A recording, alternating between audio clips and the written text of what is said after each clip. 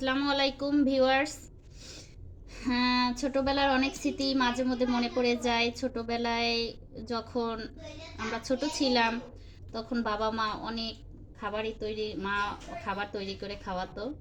যেমন আমাদের বরিশালে একটা রেওয়াজ আছে যে চালের গুঁড়ির রুটি পিঠা এবং যে কোনো মাংসের ঝোল এবং নারিকেলের ঝোল এগুলো তৈরি করে খেতাম। মানে আম্মু তৈরি করে খাওয়াতো। কিন্তু এখন তারা বয়স্ক হয়ে গেছে, ইচ্ছা করলেও আমাদের তৈরি করে খাওয়াতে পারে না।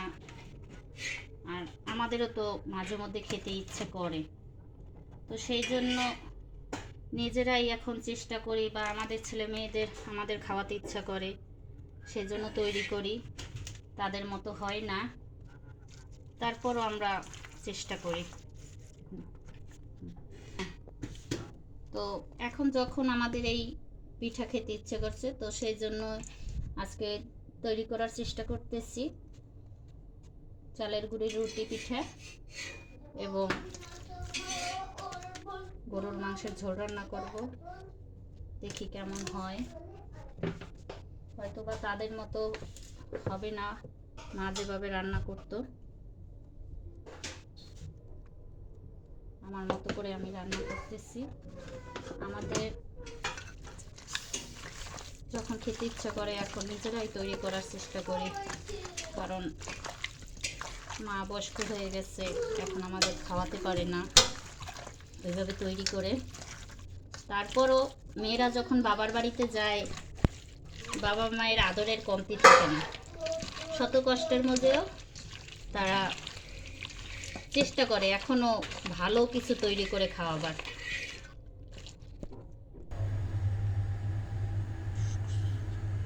তো মেয়েরা যখন বিয়ের পরে বাবার বাড়িতে যায়, তখন তাদের যে বাবা মা বেঁচে থাকলে যে আদর, সেটা যাদের বাবা মা বেঁচে আছে তারা বোঝে। আর যাদের বাবা মা বেঁচে নেই তারা বুঝতে পারে। ভাই ভাবি অনেক আদর করলেও কেন জানি তৃপ্তি হয় না, যে বাবার সেই আদর ভালোবাসা সবসময় যাদের বাবা বা মা বেঁচে নেই তারা বুঝতে পারবে।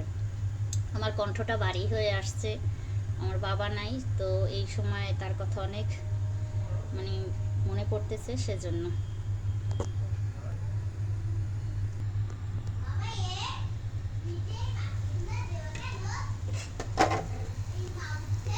এখন বাবাকে সবসময় আমরা মিস করি, যে বাবার ভালোবাসা সেটা থেকে আমরা কতটা বঞ্চিত এখন বুঝতে পারি। আগে বুঝতাম না, বাবা যখন ছিল তার আদর ভালোবাসা তখন পরিমাপ করতে পারতাম না। এখন সবসময় বুঝি তার শূন্যতাটা কতখানি আমাদের জীবনে। এই চালের গুঁড়ি রুটির সাথে বরিশালে নারিকেলের ঝোল চিংড়ি মাছ দিয়ে তৈরি করে খেতে অসাধারণ লাগে।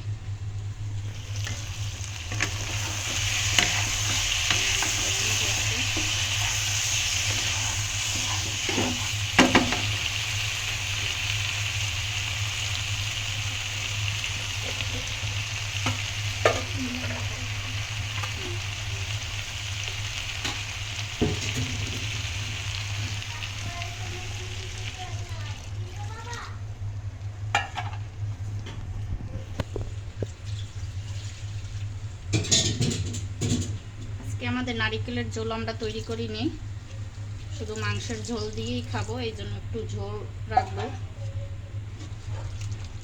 ভুনা করবো না।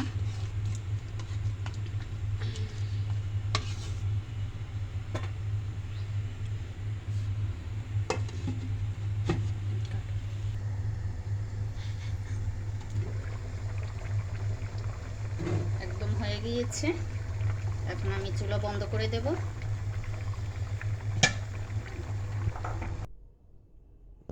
তো আব্বা মারা যাওয়ার পরে আব্বাকে সবসময় আমরা মিস করি। সে বেঁচে থাকলে অনেক ভালো লাগতো আমাদের। তো আমি দোয়া করি পৃথিবীর সকল যারা সুস্থ আছে বাবা মা, তারা সবাই সুস্থ থাকুক, ভালো থাকুক। আর যারা দুনিয়াতে নেই, আল্লাহ তাদের ব্যস্ত নসিব করুক। আল্লাহ হাফেজ।